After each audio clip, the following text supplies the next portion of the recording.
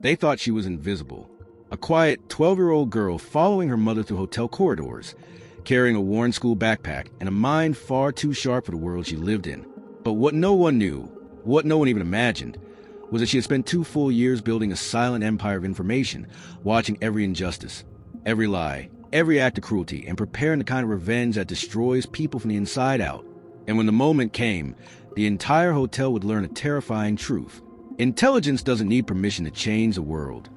The explosion of anger echoed through the executive conference room like a slap. Richard Vanderberg, billionaire owner of the largest luxury hotel chain in America, was red-faced, pacing, shouting at the trembling interpreter who had just cost him a $50 million Dutch contract. That is not what they said. Richard roared, "How can you mistranslate a simple clause?" The interpreter stammered an apology, but the damage was already done. The Dutch partners had left offended, confused, and unwilling to proceed. Richard slammed his palm against the table. "Do any of you speak Dutch? Anyone?" Silence. Then, softly, clearly, confidently, a voice behind him said, "I do, sir, and I think there has been a misunderstanding in the translation." The room froze. Standing in the doorway was a slender 12-year-old girl in a faded t-shirt, her mother's cleaning cart beside her. Her hair was tied in a simple braid. Her eyes were sharp enough to cut steel. Manager Thompson squinted. "Lanna, why are you here? This is not a place for children." But Lanna ignored him entirely. Her gaze was on Vanderberg. "May I explain a mistake, sir?" she asked, in perfect Dutch. Vanderberg stood stunned.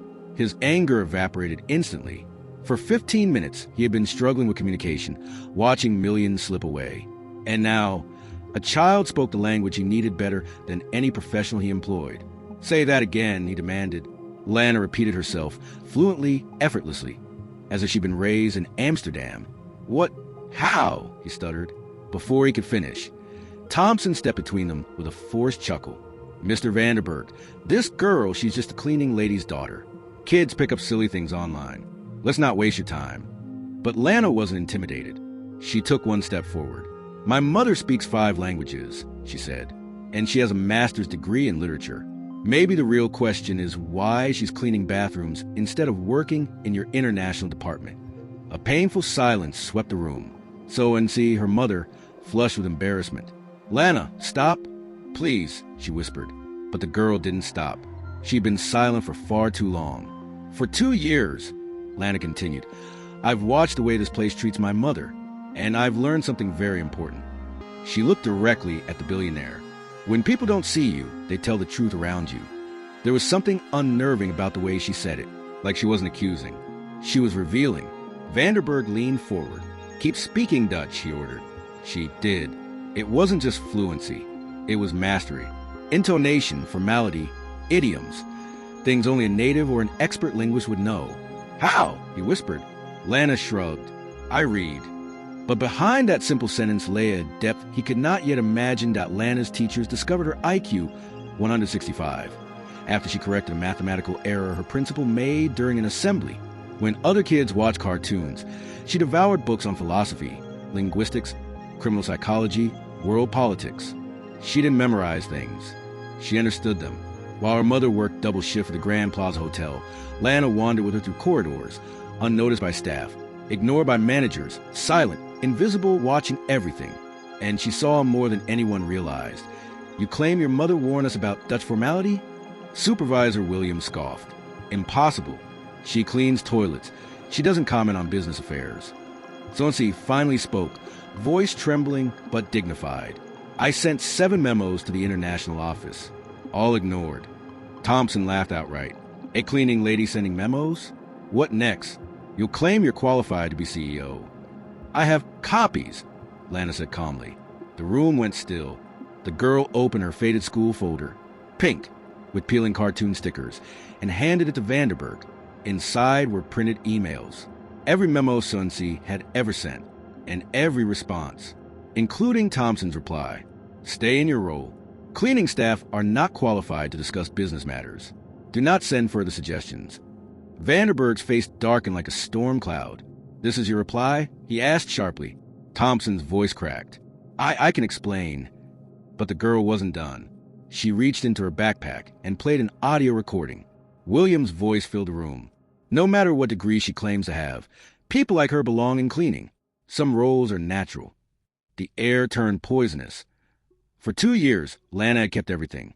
Dates, times, witnesses, screenshots, recordings, shredded memos retrieved from trash bins. Not out of obsession, out of strategy, because she had learned early that injustice only thrives when people pretend no one sees it. Well, she saw everything. Lanna, Vanderberg said slowly, "Why did you collect all of this?" The girl bowed her head slightly. "Because my mother taught me that silence protects the wrong people." Her calmness was frightening.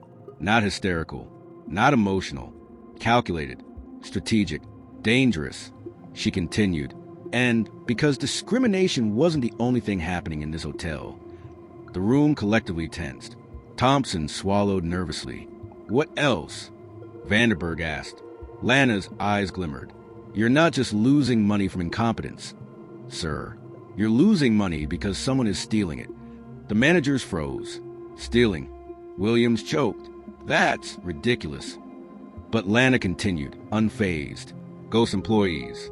Fake names on payroll. Salaries going into real bank accounts. All created by someone who understood the system very well.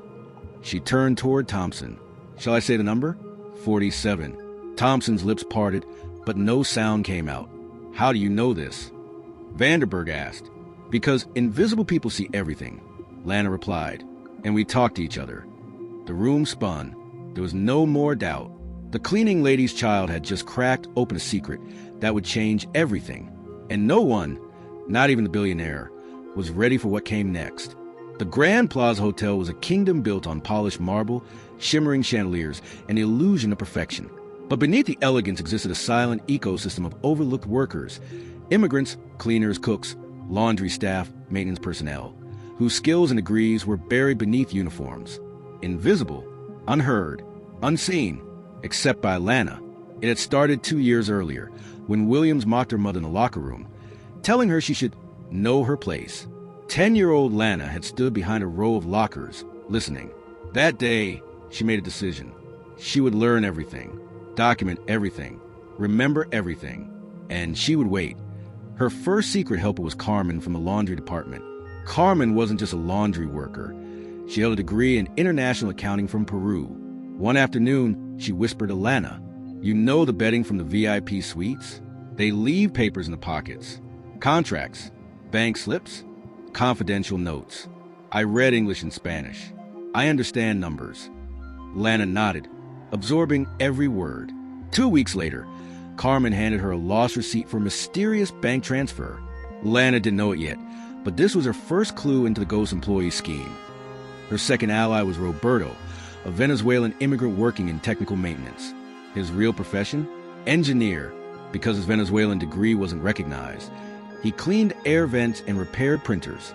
He told Lanna, every night, the executives leave their computers on. I'm allowed supervisor login for updates. I see payroll files, names I never see in person. That was how Lanna learned about the discrepancies. She cross-checked payroll lists with the people she actually observed. She listed every name no employee recognized. One name was an accident. 2 names were suspicious. 47 names were a crime. The third ally came unexpectedly, a new front desk receptionist named Maria, a journalism student. Lanna approached her discreetly after overhearing her frustration about unfair promotions. "You want a real story?" the girl asked. Maria blinked. "From you? I see everything," Lanna replied. Within days, Maria became her eyes in the lobby, watching who signed in, who used what cards, who bribed whom, and she documented everything with the precision of a future Pulitzer winner. But the network had drawn attention. Thompson started watching Lanna. Williams became harsher with her mother, giving punitive double shifts and humiliating tasks. One evening, Lanna placed a recording app in her mother's uniform pocket. Williams' threats were captured in perfect audio clarity. "Tell your daughter to stop asking questions. Children like her get social services involved. You don't want that, do you?" Her mother sobbed quietly on the tape. Lanna didn't cry. She simply whispered to herself, "Good. More evidence." The ghost employee scheme clicked fully into place 6 months before everything exploded. Lanna noticed that the hours worked by ghost employees always matched double shifts done by real staff, unpaid. Unpaid work appeared as paid hours for non-existent workers. Thompson pocketed the difference. Williams enforced punishment shifts to create more hours. It was a perfect system until a 12-year-old girl saw the pattern and decided to end it. Lanna dialed Vanderberg using the private number he had given her. "Sir," she said calmly, "I have something more serious to report." He sighed. "More serious than what you exposed last week?" "Yes," she said, "much more serious." When she explained the ghost employee scheme, Vanderberg nearly dropped his coffee. $2 million, 5 years, 47 identities, every piece of it backed by evidence. "Do you have proof?" he asked. "I do," Lanna answered. "My network collected it." "Your network?" "The invisible people," she said softly. "The ones no one listens to." Vanderberg sat in stunned silence, but then she added something that chilled him. "I didn't bring this to you earlier because I needed to be sure you weren't involved." He swallowed hard. This child thought like an investigator, like someone who understood corruption, like someone who knew to follow the money, not emotionally, logically. "My mother says you only accuse someone when you can prove whether they're innocent," she added. "And can you prove that I'm innocent?" he whispered. "Yes," she said. "You inherited this hotel 2 years ago. The scheme is 5 years old." For the first time in a very long time, Richard Vanderberg was speechless. Thompson, sensing danger, rushed to discredit the girl. "She's fantasizing," he insisted in private meetings. "Her mother is manipulating her. She is delusional." He arranged a meeting with HR, the Force ONC, to send Lanna to psychological counseling. But the girl had already anticipated this. She recorded the entire conversation. "You think a child can ruin your scheme?" Thompson yelled. "We'll fix that. We'll fix her." 2 years of humiliation. 2 years of cruelty. 2 years of racist comments. Every word now documented. Every threat recorded. Every file copied. Lanna had built a trap, and the trap was ready. Friday morning, 10 a.m., the emergency board meeting began. Vanderberg promised it would stay internal, but Lanna had other plans. The night before, she anonymously sent evidence to 3 investigative journalists, 2 federal prosecutors, and the FBI's Financial Crimes Unit. Subject line: luxury hotel, ghost employees, slave labor, $2 million laundering. Internal meeting tomorrow. The fuse was lit. Thompson entered the conference room confident. He carried a stack of documents, ready to claim the girl was unstable and being coached by her resentful mother. "Gentlemen," he began, "we are victims of a coordinated smear campaign. This child." The door opened. Lanna stepped in, a cardboard box in her arms. Behind her walked Carmen, Roberto, Maria, Rosa from the kitchen, 2 front desk employees, and 3 others. 10 invisible people. 10 witnesses. 10 stories ready to be heard. What is the meaning of this? Thompson demanded. Lanna placed the box on the table. "Evidence," she said simply. She opened her laptop. The first slide lit the screen. 47 ghost employees. Total embezzled. $2,300,000. Thompson's mouth fell open. This is fabricated." "Roberto," Lanna said. The engineer stepped forward with printed screenshots of payroll records. "System access logs," he said, edited only by Thompson's credentials. Carmen added her stack. Bank slips from VIP laundry pockets. Transfers to personal accounts. Maria added her folder. Interviews with staff. 30 statements describing unpaid forced labor. Then Lanna clicked the next slide. A spreadsheet appeared, color-coded, cross-checked, flawless. It was the type of analysis an adult forensic accountant would produce. But a 12-year-old had built it. The room erupted in whispers. "Play the audio," Vanderberg said quietly. Lanna clicked. Thompson's voice filled the room. "If they discover the ghost employees, we're finished. Keep the cleaning staff in line. I don't care how." Click. Williams' voice. "That little black girl and her mother need to learn their place." Click. Another recording. Williams threatened to fire anyone who refused double shifts. Some managers covered their mouths in shock. Others looked sick. Thompson and Williams looked like corpses. The door opened again. 3 men in suits walked in. Federal Bureau of Investigation. The oldest said, flashing his badge, "We received an anonymous but extremely detailed report." Thompson panicked. "This is a setup? You can't arrest us based on a child's imagination." The agent scrolled through his tablet. "This is not imagination. Whoever compiled this report understands compliance law, payroll fraud, and chain of custody procedures." He looked at Lanna. His expression shifted from confusion to disbelief to awe. "You wrote these summaries?" he asked her. "Yes," Lanna replied. "You cited federal statutes?" "Yes." "You're 12. "Yes." Silence. The agent nodded slowly. "Well, you did our job for us." Thompson was handcuffed first. He screamed, kicked, protested. "You can't do this. I made this hotel millions." "You also stole millions," the agent replied. Williams tried to beg. I was just following orders." Lanna turned her gaze toward her. "I have 15 recordings of you calling my mother racial slurs," she said, "and forcing her to work unpaid." Williams collapsed into tears as the cuffs clicked. The staff watching, those who had suffered for years, felt something they had not felt in a long time. Relief, justice, respect. Vanderberg turned to Sorency.